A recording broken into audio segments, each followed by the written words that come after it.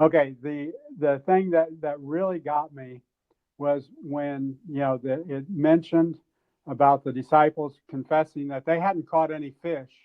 Now, if positive confession was really in the scriptures, that would have been a great teaching moment for Jesus to teach them. No, you need to say you've got a lot of fish.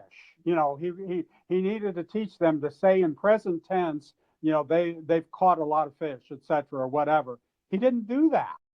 It's not there. And again, that's one of the points I made in our Kenneth Hagin series, which is the positive confession and the word of faith stuff is not taught anywhere in the Bible, anywhere. It's not taught, and especially not in the New Testament. There were great opportunities to teach it, not only in the Gospels, but in the book of Acts and in the letters of the church. Because as I say, Peter was there when Jesus uttered the words of Mark 11, 22, 23, and 24. You can have whatever you say.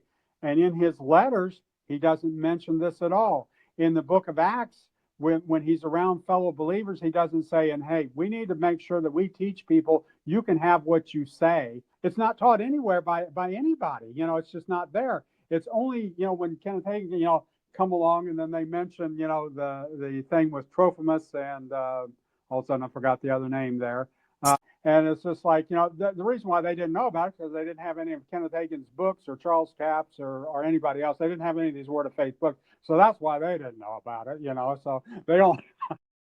But that's again, these principles, they're just not taught anywhere in the New Testament at all. Right. You don't see people creating healing by confessing they're healed first before they are actually healed anywhere in the New Testament. You have Right. people believing they're going to get, the closest you have to that is the woman with the issue of blood. She believed that she was going to get healed. Why? Because she believed if she touched Jesus, and she believed that Jesus was the healer, and her faith was in him, not in her confession, not in her faith, but in Jesus. Right. She believed that if she touched him, she could be healed. But that's about as close as you can get to it. But you don't see anybody else. You don't see Peter or Paul or anybody teaching anybody to go out and say, well, confess you're healed. He didn't tell that to anybody else.